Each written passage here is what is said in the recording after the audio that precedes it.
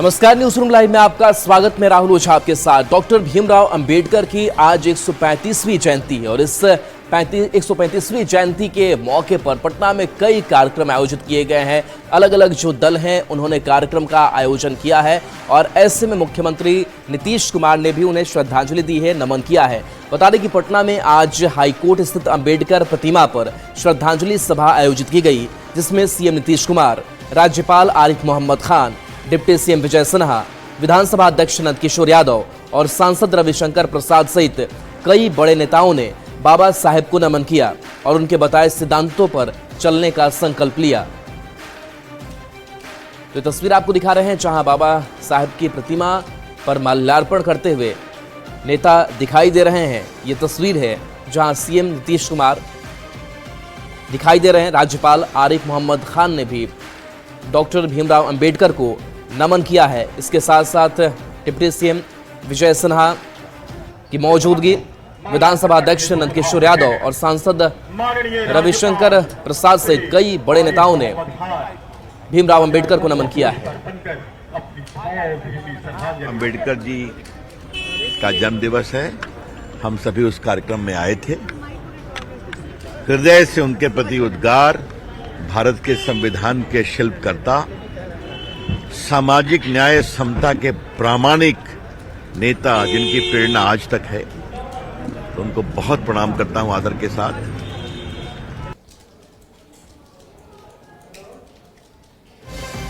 इधर तेजस्वी यादव ने भी बाबा साहेब भीमराव अंबेडकर को नमन किया, उन्हें श्रद्धांजलि अर्पित की। और इस दौरान बता दें कि आरजेडी की तरफ से भी आज कार्यक्रम का आयोजन किया गया है और तेजस्वी यादव ने इस दौरान बीजेपी और जेडीयू पर निशाना भी साधा।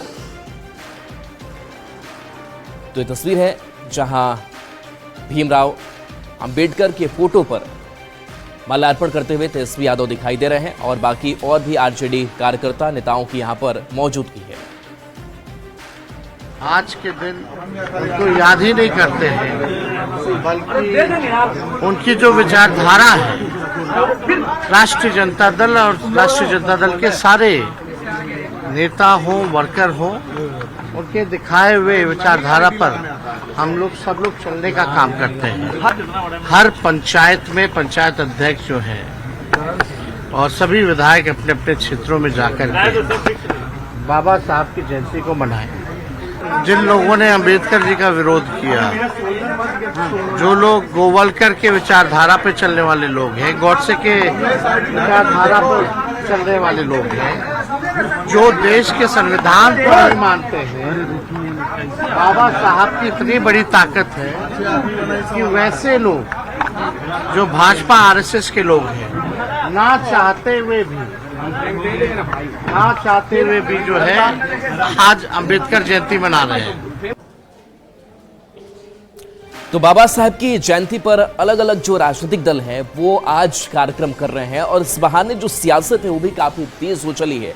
बयान अलग अलग दलों के सामने आए हैं, वो बयान आपको सुनाते हैं।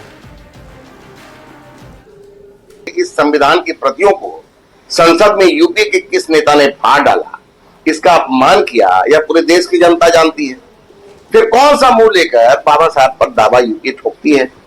देश का दलित समाज बदला लेने को तैयार बैठा है। इसका खामियाजा उन दलों को भी भुगतना होगा जो इस कुकृत्य करने वाले दल के सहयोगी या उनके साथ गठबंधन किए हुए हैं। हमारी पार्टी जनता दल यूनाइटेड उनकी विचारधारा पर चलती है और हम समानता की बात करते हैं। पूरा देश बाबा साहब भीमराव अंबेडकर के बनाए संविधान को मानता है और हमारी यह खुशकिस्मती है कि ऐसे धरोहर हमारे देश को मिले। हमारी पार्टी की तरफ से विभिन्न जगहों पर भव्य कार्यक्रम का आयोजन हुआ। राष्ट्रीय जनता दल, हमारे नेता आदरणीय लालू प्रसाद जी, श्री तेजस्वी यादव जी बाबा साहेब के सपनों को साकार करने के लिए वैसे लोगों के हक की लड़ाई लड़ रहे हैं जिनकी खुशहाली की सपना बाबा साहेब ने देखी थी। इसे बताने की जरूरत नहीं है कि बाबा साहेब भीमराव अंबेडकर के रास्ते पर कौन चल रहा है, ये तो सबको पता है। और गैर संवैधानिक कार्य आज केंद्र सरकार के द्वारा किया जा रहा है, जो बाबा साहेब के सपनों को तोड़ने का काम कर रही है। बाबा साहब के सिखाए हुए सिद्धांतों को हमारी पार्टी और हमारा हर कार्यकर्ता जीता है और हमारी आस्था उनके बनाए हुए संविधान में इतनी है कि हमारे दिवंगत संस्थापक नेता रामविलास पासवान जी को देश का दूसरा अंबेडकर कहा जाता था। हमारी पार्टी में कोई छुआछूत नहीं है, महिलाओं का सम्मान है, जो हाशिए पे हैं उनको मुख्य धारा में जोड़ने की कोशिश हर दिन और हर समय किया जाता है। और इस बीच मोतिहारी से बड़ी खबर है, चाहे घर में धमाका हुआ है, विस्फोट हुआ है, जिसके बाद से हड़कंप मचा हुआ है। मौके पर एफएसएल की टीम पहुंची है, पुलिस की मौजूदगी है, इसके साथ साथ बम निरोधक दस्ता भी यहां पर बुलाया गया है। तो खबर है मोतिहारी से, बता दें कि कुंडवा चैनपुर के जटवलिया का यह मामला सामने आया है।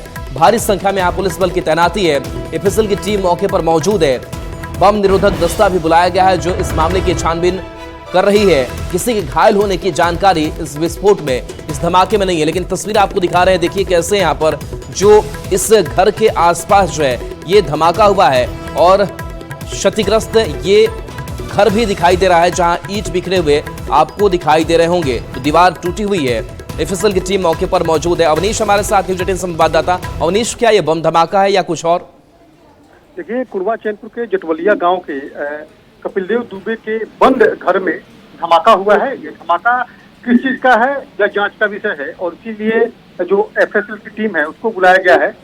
जो है तमाम पुलिसकर्मी तैनात हैं, पुलिस बल की भारी संख्या में तैनाती की गई है और कोई भी बाहरी व्यक्ति के प्रवेश पर पूरी तरह से प्रतिबंध लगा दिया गया है। देखिए, बड़ा धमाका हुआ है, घर के ईंट जो है वो टूट गए हैं, जो चौखट के बारी है वो टूट के गिर गए हैं, और वैसी स्थिति में धमाका इतना जोरदार था कि वैसी स्थिति में ये जांच का विषय है कि आखिर ये धमाका किस चीज का था, बम विस्फोट था या सिलेंडर ब्लास्ट था या क्या था, क्योंकि यह घर बंद था। ये कपिलदेव दुबे जो है उनका मकान है, और कुछ दिन पहले इनका जो है विवाद हुआ था, गांव के लोगों से विवाद हुआ था, उसके बाद ये घर बंद करके वो बाहर रहने लगे थे। तो वैसी स्थिति में बंद घर में जो धमाका हुआ है यह एक चर्चा का भी विषय है और जांच का भी विषय है। तो एफएसएल की टीम को बुलाया गया है, वो जांच करके कि आखिर ये धमाका किस चीज का धमाका है। लेकिन पुलिसकर्मी पूरी तैनात है, तमाम बाहरी लोगों को उसमें प्रवेश करने से पूरी तरह से प्रतिबंध लगा दिया गया है, और पूरी पुलिस जांच करी कि आखिर धमाका किस चीज का धमाका है, आखिर ये बम का धमाका है, सिलेंडर ब्लास्ट है या क्या है। ये पूरे ये मामला जो है वो सच था। जी चलिए, बिल्कुल अवनीश, बहुत बहुत शुक्रिया इस अपडेट के लिए आपका।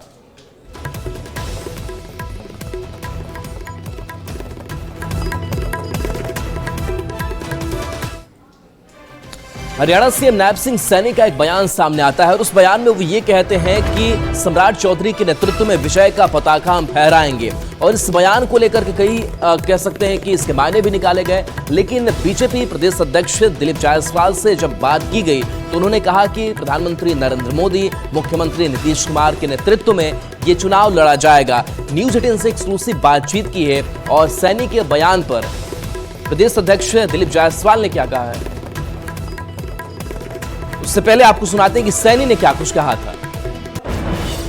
भाइयों, सम्राट चौधरी जी बैठे हैं। हरियाणा के बाद इब्जा बिहार की बारी है।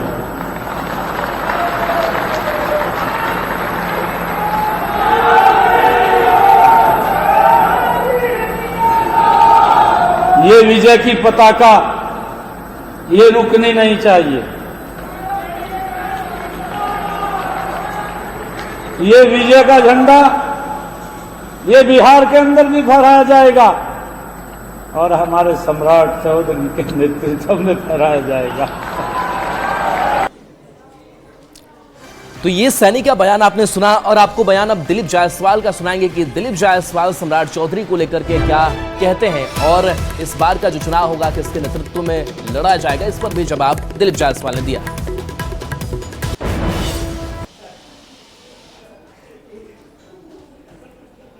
इस साल बिहार में बिहार विधानसभा चुनाव होने वाले हैं।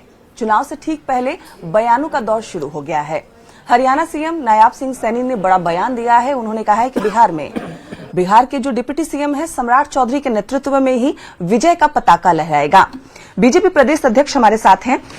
सर, उन्होंने कहा है कि विजय का पताका सम्राट चौधरी के नेतृत्व में ही लहराएगा। देखिए, नायब सिंह सैनी जी ने, सम्राट चौधरी जी का गुड़गांव में कार्यक्रम था और सम्राट चौधरी जी भारतीय जनता पार्टी के विधायक दल के नेता हैं, और विधायक दल के नेता जो होते हैं वो पार्टी के नेता होते हैं। इसलिए उस संदर्भ में उन्होंने कहा होगा कि विधायक दल के नेता हैं तो भाजपा का जो है नेता यानी नेतृत्व हैं वो अभी, तो उस संदर्भ में कहा होगा। और हमारा तो एक ही नेतृत्व होता है, वो नेतृत्व है आदरणीय लोकप्रिय प्रधानमंत्री श्री नरेंद्र मोदी जी का नेतृत्व, बिहार में एनडीए के हमारे नेता श्री नीतीश कुमार जी का नेतृत्व, और उसके बाद जितने लोग हैं सभी नेतृत्वकर्ता होते हैं, अलग अलग तरीके से अपना अपना नेतृत्व करते हैं, कोई पार्टी का करते हैं, कोई संगठन का करते हैं। तो इस तरह करके कभी कभी हमारे बारे में भी निकल जाता है कि दिलीप जायसवाल प्रदेश अध्यक्ष बने, इनके नेतृत्व में चुनाव लड़ा जाएगा, यानी संगठन मेरे नेतृत्व में रहेगा, विधायक दल उनके नेतृत्व में रहेगा, और एनडीए श्री नीतीश कुमार जी के नेतृत्व में रहेगा, और हमारे अभिभावक और लोकप्रिय प्रधानमंत्री और हमारे सबके नेतृत्व करता है। बिल्कुल, और क्योंकि एनडीए में कई घटक दल हैं और कई घटक दलों का साफ तौर पे कहना है कि जो उनके लीडर हैं उनके नेतृत्व में, तो मेन विजय का पताका किसके नेतृत्व में लहराने वाला है? वही तो मैंने कहा कि हमारे जो विजय का पताका का एक दो ही नेतृत्व का जो है, हमारे लोकप्रिय प्रधानमंत्री श्री नरेंद्र मोदी जी हैं, और दूसरे एनडीए के नेता हम लोग के सर्वमान्य नेता श्री नीतीश कुमार जी हैं। तो सम्राट जी भी नेतृत्व करता नीतीश कुमार और नरेंद्र मोदी जी हैं, और सभी लोग इस बात को ये हमारे सिस्टम का, एनडीए का स्ट्रक्चर है, तो इस पर कोई चर्चा का आवश्यकता नहीं है। बहुत धन्यवाद आपका। तो बीजेपी के प्रदेश अध्यक्ष डॉक्टर दिलीप जायसवाल थे हमारे साथ, जिनका साफ तौर पे कहना था बिहार में विधानसभा चुनाव जो होंगे, पीएम नरेंद्र मोदी, बिहार के मुख्यमंत्री नीतीश कुमार, इन दोनों के नेतृत्व में चुनाव लड़ा जाएगा और विजय का पताका लहराएगा। कैमरामैन अजय दुबे के साथ विनीता मिश्रा, न्यूज 18 पटना।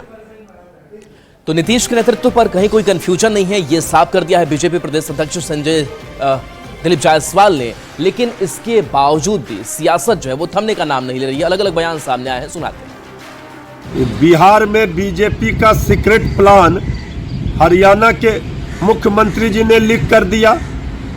अब तो जेडीयू को मान लेना चाहिए कि बिहार में बीजेपी के मुख्यमंत्री श्री सम्राट चौधरी जी होंगे। अब तो जो बात लगातार नेता प्रतिपक्ष श्री तेजस्वी यादव जी कह रहे हैं कि माननीय मुख्यमंत्री आदरणीय श्री नीतीश कुमार जी को बीजेपी कुर्सी से बेदखल करेगी, अब ये प्लान बीजेपी का हरियाणा के मुख्यमंत्री जी ने लीक कर दिया।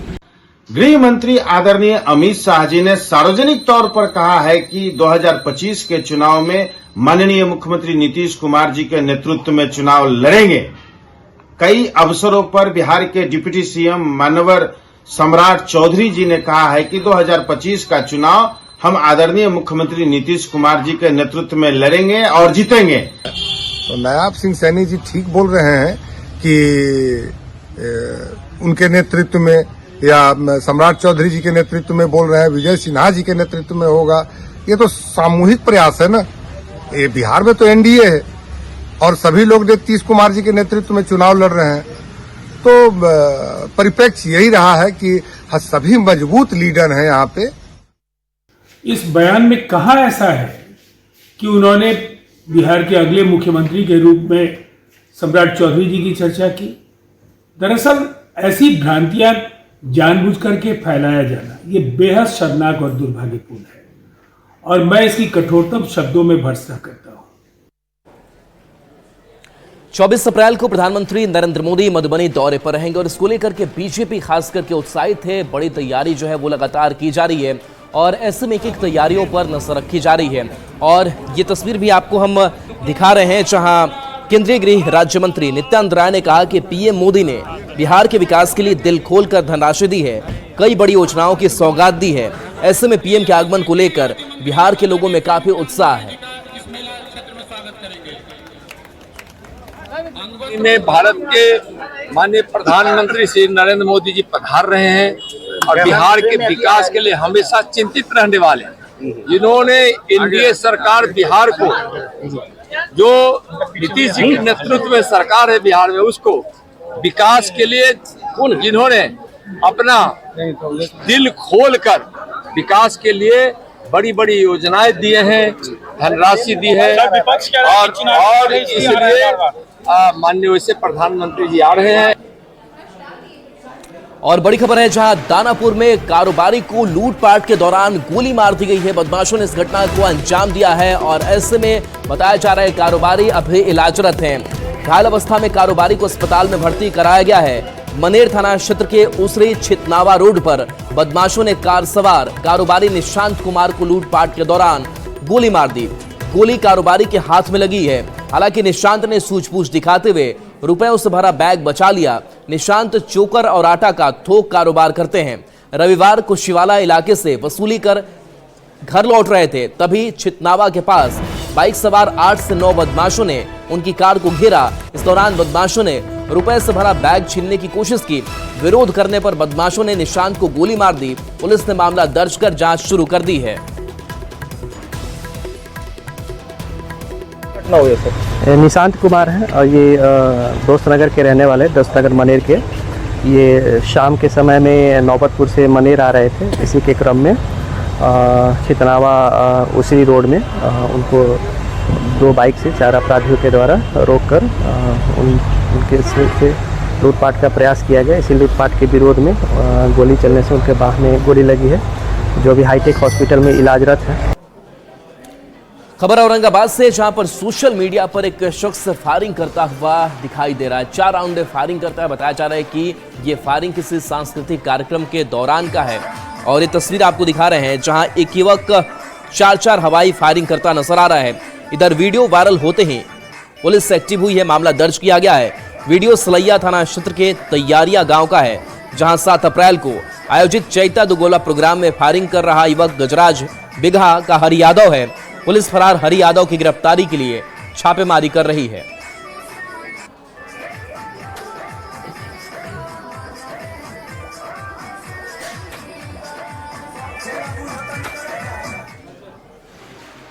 अब बात बेगूसराय नवोदय विद्यालय की करते हैं, जहां पर एक शिक्षक पर बड़ा गंभीर आरोप लगाया गया है। बताया जा रहा है कि दुर्व्यवहार का आरोप जो है वो शिक्षक पर लगाया गया है और उसको लेकर के अभिभावकों में गुस्सा जो है वो भी देखने को मिल रहा है। बता दें कि 8वीं के छात्र सुधाकर की मां और भाई ने आरोप लगाया कि छुट्टी मांगने पर शिक्षक ने उनके साथ मारपीट की। सुधाकर की मां सोनी देवी ने बताया कि पेरेंट्स मीटिंग में शनिवार को मुलाकात के बाद उन्होंने शिक्षक से छुट्टी मांगी, जिसके बाद शिक्षक गुस्सा गए और मारपीट की। पीड़ित सोनी देवी ने शिक्षक और प्रिंसिपल पर कार्रवाई की मांग की है। जब तक मैं गए तब तक इसको पटापट 4-5 थप्पड़ चला दिया है। तब हम दौड़ के गए तो उसको पकड़े गया। थप्पड़ क्या चला रहे हैं, बात से ना बात कीजिएगा कि आप मारिएगा। बस हम पर थप्पड़ चलाने लगा। हम पर थप्पड़ चलाने लगा तो हम उसको फिर रोके। गार्ड भी रोका, गार्ड हमको भी पकड़ लिया, इसको भी पकड़ लिया। हम बोले कि मेरा हाथ काहे पकड़ रहे हैं, उनका हाथ छोड़ाइए और हमको हाथ छोड़िए, हम निकलेंगे यहाँ से। तो आप छोड़िए। हम बोले हम पकड़े हुए हैं। कौन चीज से लगा फिर आपको? कत्ता से मारा है, कत्ता से अंदर रूम में खींच के ले गया। उसका मतलब कि आगे बरामदा पे हम लोग गेट पे बात कर रहे थे, सामने से खींच के वो अंदर रूम में ले जाके कत्ता निकाल के कत्ता चलाया। खबर औरंगाबाद से, जहां पर हार्डकोर नक्सली की गिरफ्तारी हुई है और ये गिरफ्तारी बड़ी कामयाबी पुलिस की तरफ से मानी जा रही है। हार्डकोर नक्सली मुकेश यादव की गिरफ्तारी की खबर है। बता दें कि सलैया थाना पुलिस ने हार्डकोर नक्सली मुकेश यादव को गिरफ्तार किया है। कासमा इलाके के खैरा मनोरथ से पुलिस ने मुकेश यादव को गिरफ्तार किया। इस पर लेवी वसूलने और नक्सली ट्रेनिंग कैंप चलाने का आरोप है। इस कुख्यात की गिरफ्तारी के लिए एसआईटी का गठन किया गया था। मुकेश यादव की गिरफ्तारी पुलिस से बड़ी कामयाबी मान रही है। जो कासमा क्षेत्र का रहने वाला है और इनको जो है कल विधिवत तरीके से कासमा थाना एवं एसटीएफ औरंगाबाद के संयुक्त अभियान के तहत ये गिरफ्तार किया गया। खबर भागलपुर से है, जहां पर फर्जी लोको पायलट पकड़ा गया है। बताया जा रहा है कि इसने फर्जी आई कार्ड लगा करके रखी थी और इसकी गिरफ्तारी आरपीएफ ने की है। जमुई निवासी विकास कुमार लोको पायलट का फर्जी आई कार्ड लगाकर ट्रेन में सफर कर रहा था। सूचना के बाद आरपीएफ ने इसे गिरफ्तार कर लिया। विकास ने बताया कि वो अपने दोस्त से मिलने जा रहा था। इसके लिए लोको पायलट का ड्रेस पहनकर खुद को लोको पायलट बता रहा था ताकि वो बिना टिकट सफर कर सके।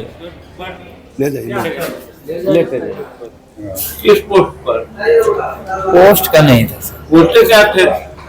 वो पूछता था टिकट, तो बोलता स्टाफ है, तो फिर वो बोलता नहीं था। टाई वगैरह भी मिला है, यूनिफॉर्म भी रेलवे का आपने पहना है? नहीं, ये तो मेरा कॉलेज का ड्रेस है, ये वाला पहने हुए। और चलिए न्यूज रूम लाइव में इतना ही। न्यूज 18 बिहार झारखंड पर खबरें आपके लिए लगातार जारी।